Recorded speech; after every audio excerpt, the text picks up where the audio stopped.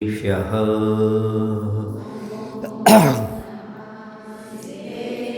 ॐ नमः सिद्धेभ्यः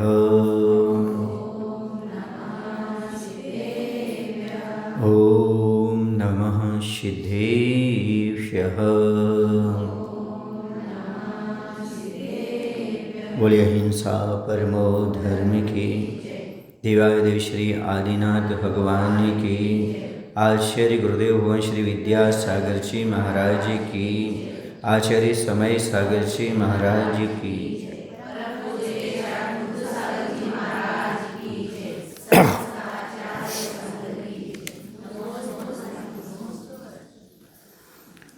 संसारी प्राणी जब भी जन्म लेता है तो सबसे पहले शरीर आता है। शरीर के बाद इंद्रियां आती हैं और फिर इंद्रियां विषयों में प्रवृत्त होती हैं, विषयों को ग्रहण करती हैं, जिसके माध्यम से पाप का बंध हुआ करता है और पुनः वही दुर्गति का दुख भोगना पड़ता है। मूल में दुख का कारण शरीर है। ऐसा समझ कर के शरीर से ममत्व हटाते हुए शरीर के लिए पंचेंद्रिय भोगों को भोगने का मन नहीं बनाना चाहिए। आचार्य कहते हैं, यदि तुम लोगों को देख करके विषयों की आशा करता है, संसार में सभी विषय भोग रहे हैं तो मैं भी विषयों को ग्रहण करूं, भोगूं, इस प्रकार की यदि जो विषयाभिलाषा थोड़ी सी भी करता है तो समझो तुम बड़े से बड़े पाप को उत्पन्न कर रहा है। एक छोटी सी विषयों की इच्छा बहुत बड़े बड़े पापों को जन्म देती है।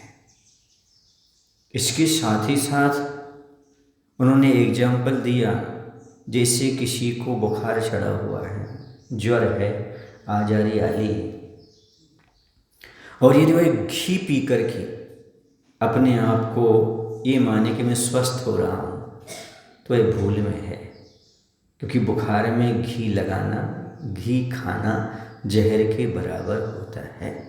उसी प्रकार से पंचेंद्रियों का विषयों का सेवन करना बुखार में घी खाने के जैसा है। वह बड़े से बड़े पाप रूपी बीमारी को जन्म देता है और जब बड़े बड़े पाप होते हैं तो दुर्गति रूपी हॉस्पिटल में पड़े रहना पड़ता है। वहाँ पर छेदन वेदन होता है और दुख उठाना पड़ता है। इसलिए यदि आप चाहते हो कि हमें ये सारे के सारे दुख प्राप्त ना हो तो आचार्य कहते हैं, इन विषयों के सेवन से बचने का प्रयास करो। दो इंद्रियां काम इंद्रियां मानी जाती हैं, बाकी तीन भोग इंद्रियां मानी जाती हैं। काम इंद्री में दो इंद्रियां होती हैं, स्पर्शन और रसना। ये दोनों की दोनों काम इंद्रिय कही हैं और बाकी तीन इंद्रिय जो हैं वह भोग इंद्रिय कही है। और सबसे ज़्यादा अनर्थ इन दोनों से होता है। एक जगह लिखा है, इन सब का माप 4 अंगुल है, स्पर्श इंद्री का और रसना इंद्री का। जैसे जनन इंद्री कह सकते हैं, जनन इंद्री से आपको समझ में आ जाएगी, जिसका माप 4 अंगुल है। लेकिन दुनिया में सबसे बड़े बड़े पाप इन्हीं के कारण होते हैं। या तो है पर पदार्थ को रसना के माध्यम से भोगना चाहता है या काम इंद्री के माध्यम से भोगना चाहता है। यानी स्त्री और पुरुष को भोगने का काम करेगा तो काम इंद्री के द्वारा, और वस्तुओं को ग्रहण करेगा, अचेतन वस्तुओं को, तो वह रसना इंद्री के माध्यम से ग्रहण करेगा। ऐसे ये काम इंद्री मानी गई। जिसके मन में इन दोनों को बस में करने का भाव है वही वास्तव में इंद्रिय विजयी हो सकता है। जिसने रसना इंद्री को जीत लिया, जिसने जनेंद्री को जीत लिया, समझो उसका ब्रह्मचर्य भी सार्थक हो गया, उसकी तपस्या भी सार्थक हो गई, क्योंकि इन दोनों का आपस में रिलेशन है। जब ब्रह्मचर्य की साधना के लिए कहते हैं तो विशिष्ट रस श्रव शरीर संस्कार त्यागा पंच, इष्ट और गरिष्ठ पदार्थ को खाने को मना किया है यदि आपके लिए ब्रह्मचर्य का पालन करना है तो। अर्थात रसना इंद्रिय को कंट्रोल में करो तभी आपकी जनन इंद्रिय कंट्रोल में होगी, काम इंद्रिय कंट्रोल में होगी, क्योंकि इन दोनों को काम इंद्रिय के रूप में जाना जाता है। इसलिए भोजन पानी को भी कंट्रोल करना चाहिए। विषयों को यदि आप कंट्रोल करना चाहते हो तो, क्योंकि रसना इंद्रिय का विषय तो सबसे खतरनाक है, उसी में तो संसारिक प्राणी रचा बचा हुआ है। तो बुखार में, ज्वर में, फीवर में तो घी का सेवन उस रोग को बढ़ाता है। वैसे थोड़ी सी भी विषय भोग करने वाला व्यक्ति पाप की वृद्धि करता है। जैसे वह भोगने के लिए जाता है वैसे तत्काल उसे पाप का बंध हो जाता है। इसलिए कहा है भोग बोरे भव रोग बढ़ावे, बैरी हैं जग जी के, बेर से होई विपाक समय अति सेवत लाके नीके। कहते हैं विषय तो लवण समुद्र के खारे पानी के समान है। जैसे समुद्र के पानी से कभी प्यास नहीं बुझती, वैसे पंचेंद्रिय के विषयों से कभी तृप्ति का अनुभव होने वाला नहीं है। कभी भी तृप्ति का अनुभव इनसे होने वाला नहीं है। कितना कुछ भी कर लेना, कभी तृप्ति होने वाली नहीं। और कहते हैं वज्र अग्नि विष से विषधर से ये अधिके दुखदाई, धर्म रचन रतन के चोर चपल यति दुर्गति पंथ सहाई। वज्र, वज्र समझते हो, हीरे से भी मजबूत होता है। ये तुम तो बड़ी वज्र की हो, बुंदेलखंड बड़ी वज्र हो। वज्र माने कठोर, सबसे कठोर, हीरा से भी कठोर होता है तो वज्र होता है, जो पहाड़ को भी फोड़ देता है। तो कह रहे हैं वज्र से भी कठोर है कौन? ये पंचेंद्रिय के विषय। जितना अनर्थ वज्र नहीं करता, और कहीं कहीं वज्र का अर्थ बिजली भी होता है। जो आसमान से बिजली गिरती ना, वो भी कितना नष्ट कर देती है। एक क्षण के लिए गिरती है, लेकिन जहाँ भी गिरती है वहाँ सब जला करके रख देती है। उसी प्रकार से ही है विषय, है तो थोड़े भोगने के लिए, लेकिन भोगा और कर्म का बंधु अनिष्ट हुआ। अग्नि, अग्नि से भी खतरनाक होते हैं। ये कितनी चाहिए अग्नि? एक पूरी जंगल को भस्म करने के लिए कितनी अग्नि चाहिए? एक माचिस की चिंगारी, बस ऐसी चिंगारी छोड़ दो, अपने आप बढ़ती जाएगी, बढ़ती बढ़ती बढ़ती पूरी जंगल को। अभी देखो ना, कोई बता रहा था अमेरिका जल रहा है, अभी तक शांत नहीं हुई अग्नि। एक बार शुरू हुई तो चल रही चल रही चल रही, चलती चलती चली जा रही। ये क्या है? एक छोटी सी अग्नि समाप्त कर दी सबको। ऐसी थोड़ी सी विषयों की अभिलाषा जैसे अग्नि सबको जला देती है, वैसे वही भी हमारे व्रत नियम संयम सबको जलाने में सक्षम है। सब नैतिकता, धार्मिकता, बुद्धि सबको जलाने वाला है ये विषय सेवन। और जो व्यक्ति विषयों में आसक्त होता है सब भूल जाता है। कहते विषयासक्त व्यक्ति की एक भी इंद्रिय काम नहीं करती। काम नहीं करती मतलब सही सही काम नहीं करती। आँख होते हुए भी दिखाई नहीं देता, कान होते हुए सुनाई नहीं देता। देखो ना, रावण मात्र इसी इंद्रिय के वशीभूत तो हुआ था। और यदि ये कहा जाए तो रूप के कारण, नेत्र इंद्रिय के वशीभूत होकर के सीता जी का रूप देखा और उसे हरण करके ले आया। कितना अपमान सहना पड़ा उसके लिए। सबने समझाया उसको, भाई विभीषण ने समझाया, मंदोदरी ने समझाया, सबने समझाया, लेकिन उसके क्या सुनने में आया? उसको समझने में आया क्या? उसको कुछ नहीं। क्योंकि जो विषयांध व्यक्ति होता है वो सबसे खतरनाक अंधा हो जाता है। देखते हुए भी नहीं दिखता उसे कुछ, सुनते हुए भी सुनाई नहीं देता उसके लिए कुछ भी, विचार भी करता तो कुछ भी विचार नहीं आता उसके अंदर, विचार शून्य हो जाता है। जैसे लकवे की तरह, लकवा समझते पक्षाघात, पैरालिसिस, एक शरीर में कुछ भी एक्टिविटीज नहीं करने देता, उसी प्रकार उसके मन में कोई विचार अच्छा नहीं आता, कोई भी इंद्रिय उसके काम नहीं करती। ऐसा वह विषयों में अंधा हो जाता है। अंधे कई प्रकार के होते हैं। एक आँख से अंधे होते हैं, एक धर्म से अंधे होते हैं, एक मद से अंधे होते हैं, और एक काम से अंधे होते हैं। तो कहते सबसे खतरनाक है कामांध, जो काम की वासना की आग में जल रहा है और उसमें अंधा हो रहा है। वह कुछ भी नहीं देखता, आगे क्या होगा, कैसा होगा, कुछ नहीं, बाद में पछताता है। अब पछताने से होता है क्या है, पहले तो है इस प्रकार का काम कर जाता है। कुछ समय के लिए चारुदत्त भी विषयांध हो गया था, माँ ने ही उसे विषयों में लगा दिया था। चारुदत्त सेठ की कहानी सुनी आप लोगों ने, नाम तो सुना हुआ चारुदत्त सेठ, जिसने किसको नमुकरण सुनाया था, बकरी को नमुकरण सुनाया था। तो वही चारुदत्त था। वह जानता ही नहीं था, बचपन से शास्त्र पढ़ा, धार्मिक था, उसे ये भी नहीं पता था कि शादी क्यों होती, शादी क्यों की जाती है। उसका शादी का मन ही नहीं था, लेकिन उसे उसकी माँ ने उसकी शादी करा दी। अब शादी करा दी, उसे पता ही नहीं स्त्री क्यों आती है, क्यों रहती है। उसने आके बताया माँ के लिए, अरे चारुदत्त तो व्रत थे, तो उसे एक कोठी वाली के यहाँ भेज दिया। नगर नारी समझते हो, मैं नाम लेना अच्छा पसंद नहीं करता, 2.5 अक्षर का नाम है। कौन सा नाम है? हाँ, उसके यहाँ भेज दिया और बस 12 वर्ष तक वहीं रहा। और इतना विषयासक्त हो गया, इतना विषयासक्त हो गया, घर आने का नाम नहीं ले रहा। इतना व्रत था, अब वहाँ भेज दिया। इतना विषय से अंधा हो गया, सब भूल गया, और पूरा का पूरा धन माँ से मांगता रहा और सारा धन उसको देता रहा, कोठी वाली को, और बाद में दरिद्र हो गया, कुछ नहीं बचा। और जैसे ही दरिद्र हुआ उसने छोड़ दिया, क्योंकि वो लोग आपसे प्रेम थोड़ी करते हैं, तो मनुष्य से प्रेम थोड़ी करती हैं। वो कोठी वाली किससे करती हैं?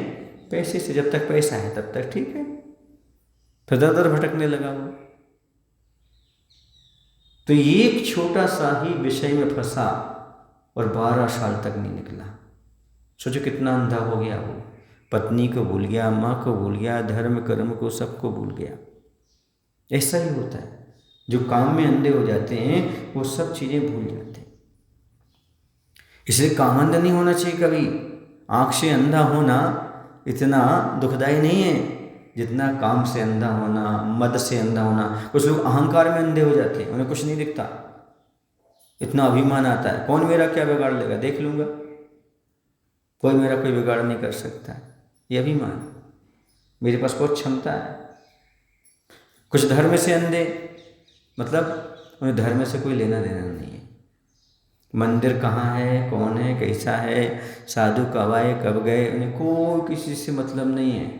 उन्हें तो मात्र खाना पीना, ऐशो आराम, सोना, जिंदगी निकाल देना। और एक बेचारा वो होता है आंखों से अंधा होता है, वो कुछ करना भी चाहता है तो उसे कुछ दिखता ही नहीं, सोचते ही नहीं, तो क्या करे। तो कह रहे इन सबसे खतरनाक, आँख से, धर्म से, मद से, अंधे से खतरनाक होता है कामांध व्यक्ति। सब कुछ देखते जानते हुए भी उसे कुछ भी दिखाई नहीं देता, ऐसी उसकी दशा हो जाती। तो कह रहे हैं अग्नि के समान है, जैसे अग्नि जलाती है उसी प्रकार से यह विषय भोग भी जलाते हैं। देखो ना, जब ग्रंथों का स्वाध्याय करते उसमें काम के 10 वेग बताए। कितने वेग बताए? 10 वेग। आदमी को जब किसी के प्रति, शरीर के प्रति मोहित होता है, उसे पाने की इच्छा करता है, तो उसकी कैसी दशा हो जाती है प्रेमी की, प्रेमिका की? भोजन रुचता नहीं, नींद आती नहीं, शरीर कुमलाता है, रात में स्वप्न देखता है, सांसें तेज चलने लगती हैं, कुछ करता है, कुछ का कुछ होता है। ऐसे भी उत्पन्न होते हैं अंदर। आचार्य ने बताया कब? जब आदमी के लिए दूसरे के शरीर के प्रति आसक्ति भाव हो जाती है। वो मिलता नहीं तो इस प्रकार की उसकी हरकतें हो जाती हैं।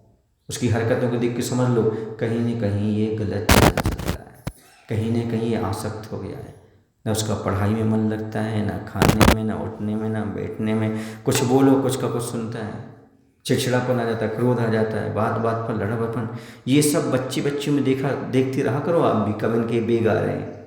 उसे समझ जाया करो कि कहीं ना कहीं गलत रास्ते पर हैं और उनको सही रास्ता दिखाने का प्रयास करो।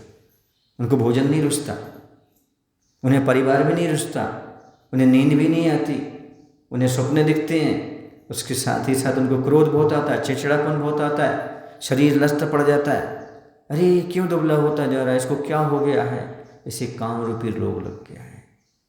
कई बार तो बेहोश हो जाता है, आए भाई बकने लगता है और अंत में बताया मरण तक हो जाता है।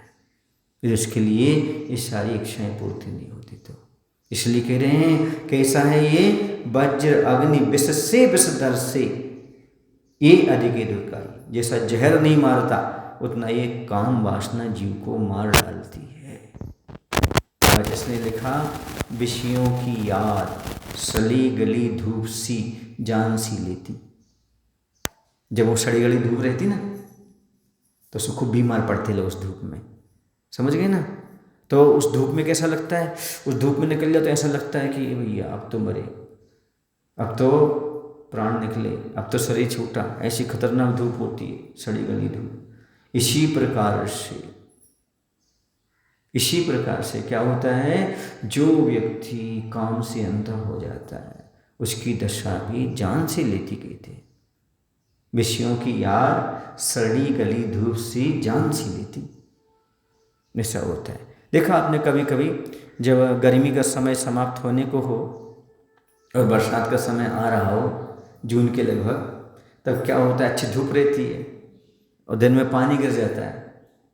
पानी गिर जाए और आपके घर की लाइट और चली जाए, फिर कैसी गर्मी उठती है, भभूका क्या उठता है, जमीन में से आग निकलती है। उस समय कैसी दशा होती है। यहाँ कम होती होगी, मध्य प्रदेश में ज़्यादा होती है क्योंकि वहाँ पर टेम्परेचर जो है ना 49 तक पहुँच जाता है और इस बार यहाँ भी पहुँचेगा, समझ रहे ना।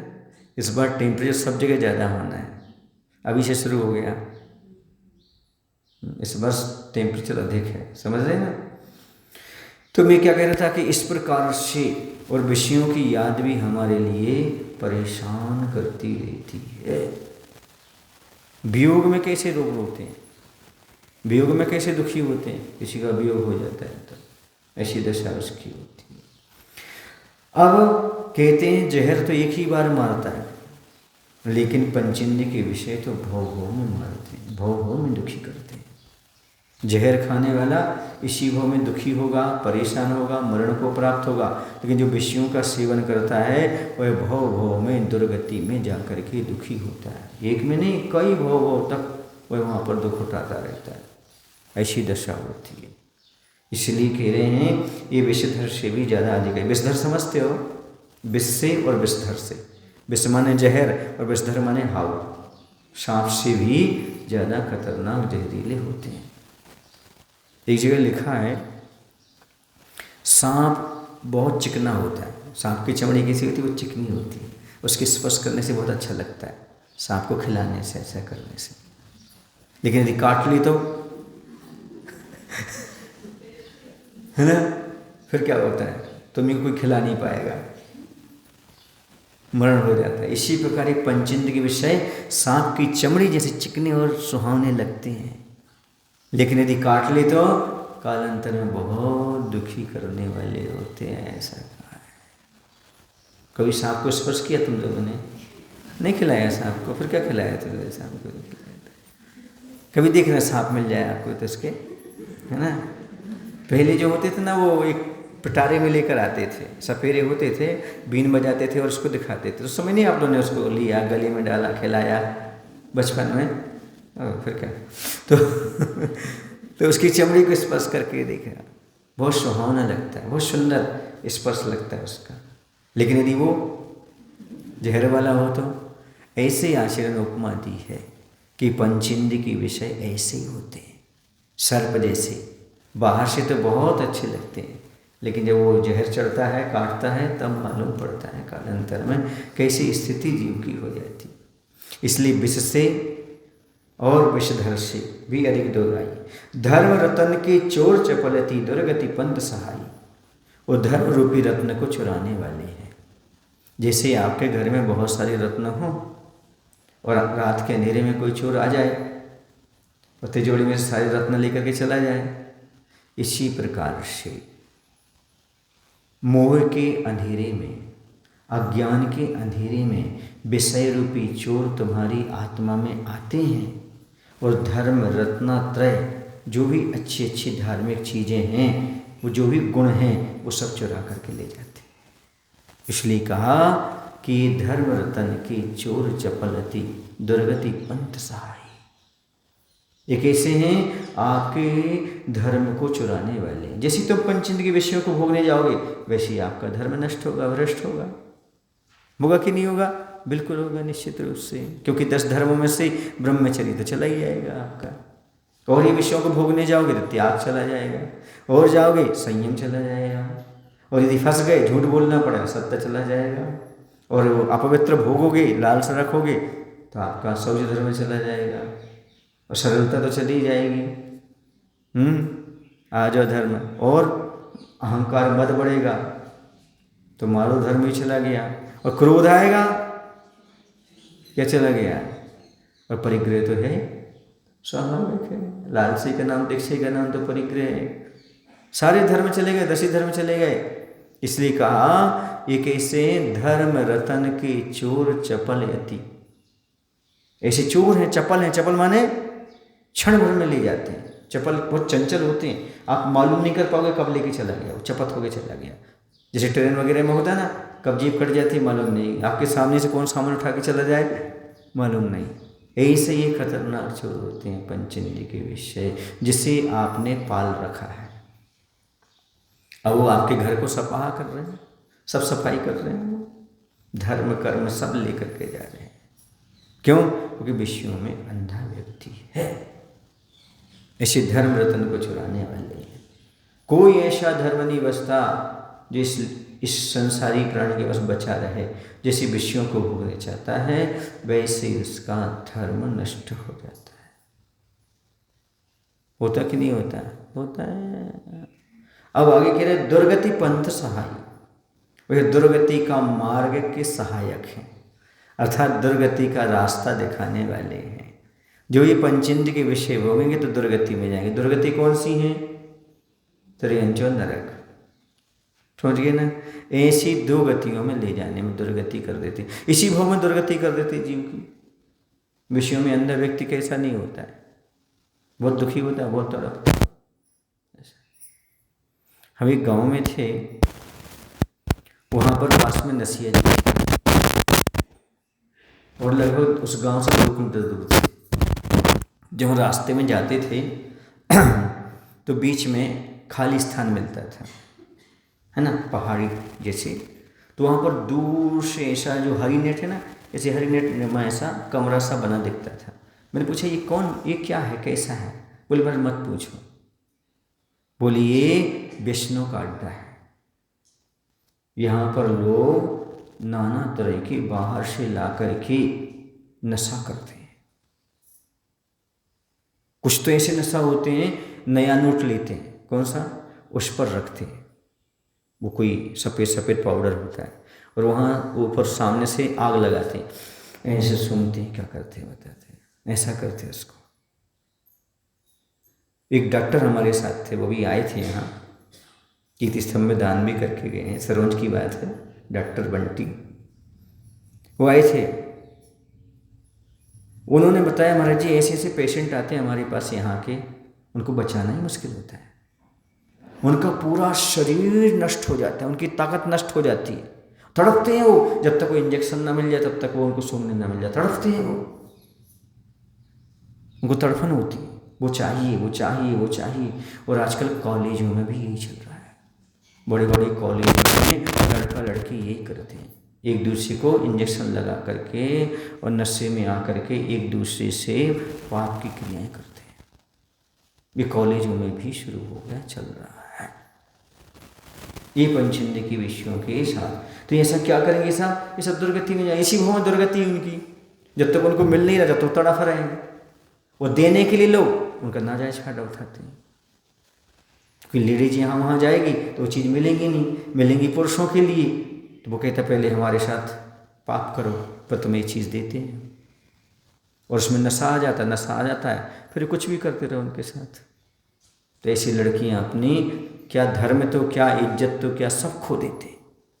तो ऐसे पंचेंद्र के विषय हैं, ऐसी व्यसन हैं जो पूरा जीवन सब कुछ समाप्त। और निश्चित है इस स्वभाव में दुर्गति है, और जो ऐसे पाप कर रहे हैं, माता पिता को धोखा दे रहे हैं, पढ़ाई के नाम पर ये सब पाप करते हैं, वो मर करके दुर्गति में ही जाएंगे, उन्हें कभी सदगति की प्राप्ति हो नहीं सकती इस प्रकार के पाप करने वालों को। इसलिए कहा दुर्गति पंथ सहाई, ये दुर्गति के पंथ में सहायक होते हैं।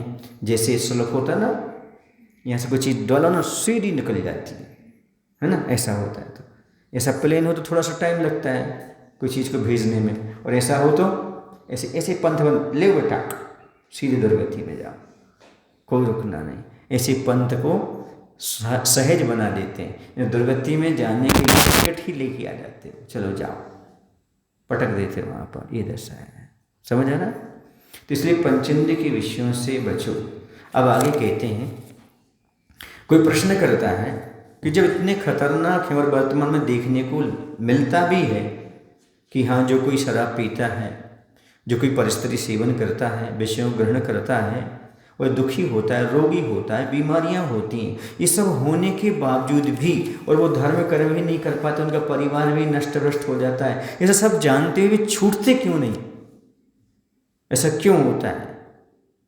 तो आगे कहते हैं, मोहे उदय जीव अज्ञानी भोग भले कर जाने, ज्यों कोई जन खाए धतूरा सो सब कंचन माने, ज्यों ज्यों भोग संयोग मनोहर मन वांछित जन पावे, तृष्णा नागिन त्यों त्यों डंके लहर जहर की आवे, मोहोदय जीव ज्ञानी भोग भले कर जाने, ज्यों कोई जन खाए धतूरा सो सब कंचन माने।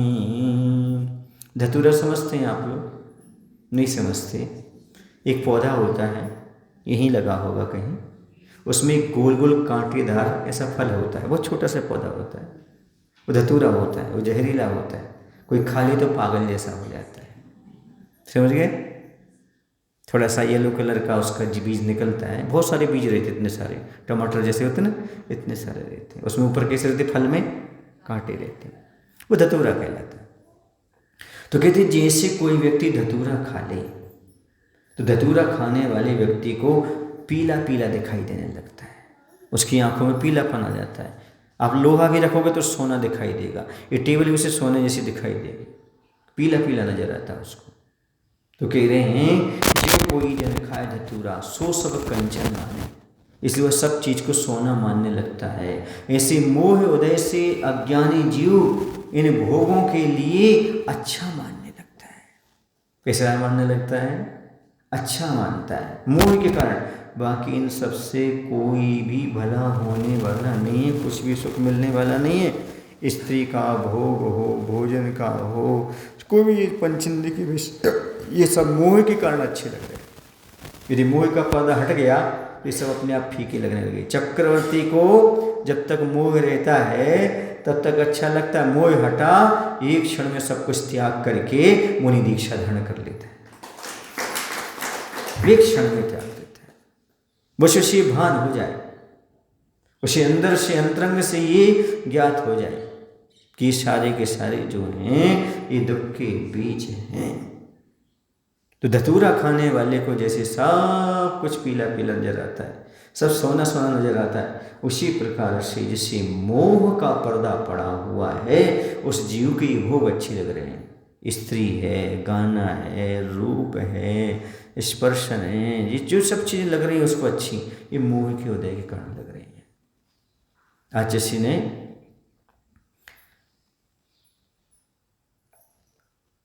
भगवान की स्तुति करते हुए लिखा, छार छार भर है भरा रहित सार संसार, मोह उदय से लग रहा सरस सार संसार, छार छार जिसमें कोई सार नहीं, खारा खारा, ऐसा संसार पूरा भरा हुआ है इससे। पर क्यों अच्छा लग रहा है? मोह उदय से। सरस सार संसार, सरस माने रसवान संसार लग रहा है, और यदि मोह का पर्दा हट जाए तो सब फीका फीका नजर आने लगे, सब फीका फीका, कुछ नहीं, इस पंचेंद्रिय के विषय में कुछ नहीं रखा है। फिर क्या करना?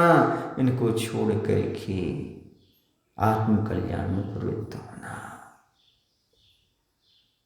एक बुंदेलखंड में कहावत है, सावन के अंधे को सब हरा हरा दिखाई दे, हरीरो हरीरो लगे, ऐसा बोलते। सावन का महीना होता ना, तो सावन के महीने में चारों ओर क्या होती है? हरियाली रहती है। यदि उस समय उसने सामने हरियाली देखते थे तो उसका आँख खराब हो जाए, मान लो, हरियाली से नहीं, अपने आप खराब हो जाए उसकी, तो उसको हर जगह हरा हरा दिखाई देता है, क्योंकि उसने वही देखा है।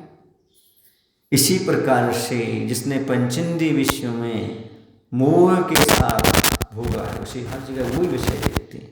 मंदिर आएगा तो पंचेंद्रिय के विषय, मार्केट में जाएगा तो पंचेंद्रिय के विषय, सब उसे वही चीज नजर आएगी। क्यों? क्योंकि वह मोह से अंधा हो गया। जिससे अहित है वही हितकारी नजर आएगा। कितनी समझाओ, माता पिता समझाएंगे, नहीं समझेगा। देखो बेटा तुम गलत कर रहे हो, कहाँ शादी करने जा रहे हो, किसके साथ फंस रहे हो, नहीं, वो माता पिता ही बैरी जैसे लगेंगे, शत्रु जैसे लगेंगे उसके लिए। वो जो समझाएगा किसी की समझेगा नहीं, जाएगा कोर्ट और बस कोर्ट मैरिज करके आ जाएगा, लव मैरिज करके आ जाएगा। किसके कारण? मोह उदय है जीव ज्ञानी। इन्हें भोग जो बुरे हैं उनके लिए अच्छा भला मान करके चलता है, और जितनी मोह का पर्दा हटता है, मोह भंग होता है, वैसे समझ में आ जाता है। अब आई अकल ठिकाने। अब कब आई? जब सब चला गया। गन्ना चूसने के बाद किस काम का? बोलो ना, ऐसे सामने वाले ने तुम्हें निचोड़ दिया, आप क्या काम का? अब गए तुम काम से, कोई मतलब नहीं। कोई व्यक्ति गन्ने की प्रशंसा करता तो क्यों करता है? चूसने के लिए। कोई आपके शरीर की प्रशंसा करता किसके लिए? भोगने के लिए। और आप उसमें लट्टे हो जाते हैं, वाह वो हमारी इतनी प्रशंसा करता है, इतना तारीफ करता है, ऐसा करता है, बहुत अच्छा आदमी है। नहीं, जब तक चूसा नहीं तब तक। गन्ने का चूसा कहाँ फेंक देता है? बाहर। कुत्ता भी नहीं चाटता उसको, कुत्ता भी समझता है इसमें रस नहीं बचा। तो ऐसा व्यक्ति उस समय यदि उसको भान हो जाए, ज्ञात हो जाए आज के युवक और युवतियों को, तो वह पंचेंद्रिय के विषयों में फंसे ही ना, वह वहाँ पर जाए ना। पर क्या करे? मोह उदय है जीव ज्ञानी। मोह का पर्दा है, मोह हटे तो कैसे हटे? मोह कब हटेगा? जब गुरु के पास आएंगे। मोह कब हटेगा? जब प्रभु के पास आएंगे, सम्यक्त होगा, तभी तो मोह हटेगा। और मंदिर आना नहीं, गुरु के पास आना नहीं। फिर बहुत सारे लोग कहते महाराज जी हमारी बेटी भाग गई, हमारा ऐसा हो गया, हमारा वैसा हो गया।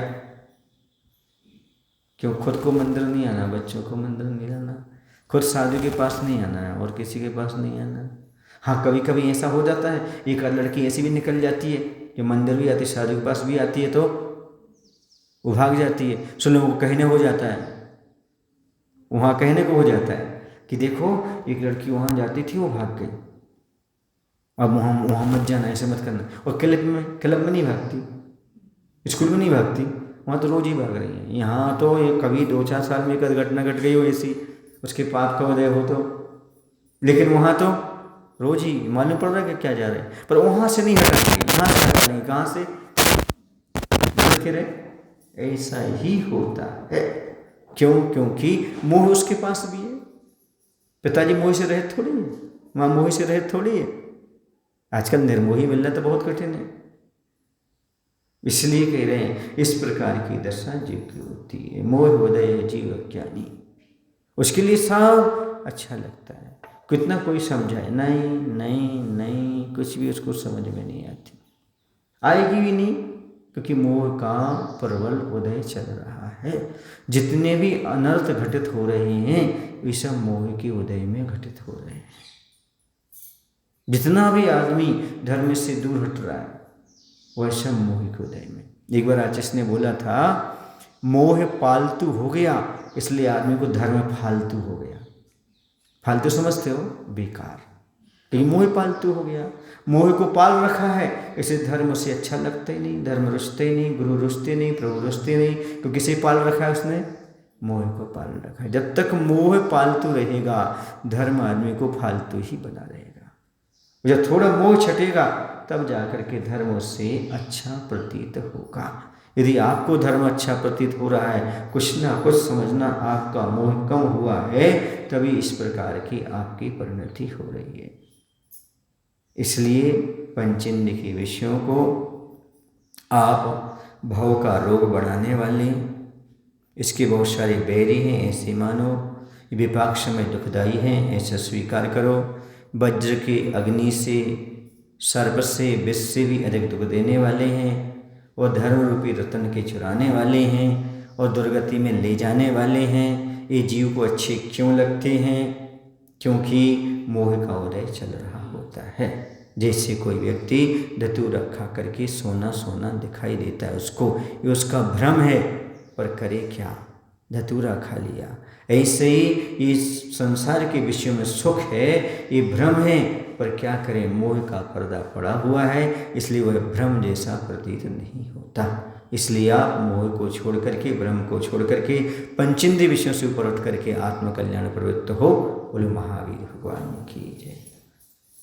आचार्य गुरु विद्यासागर जी महाराज की जय।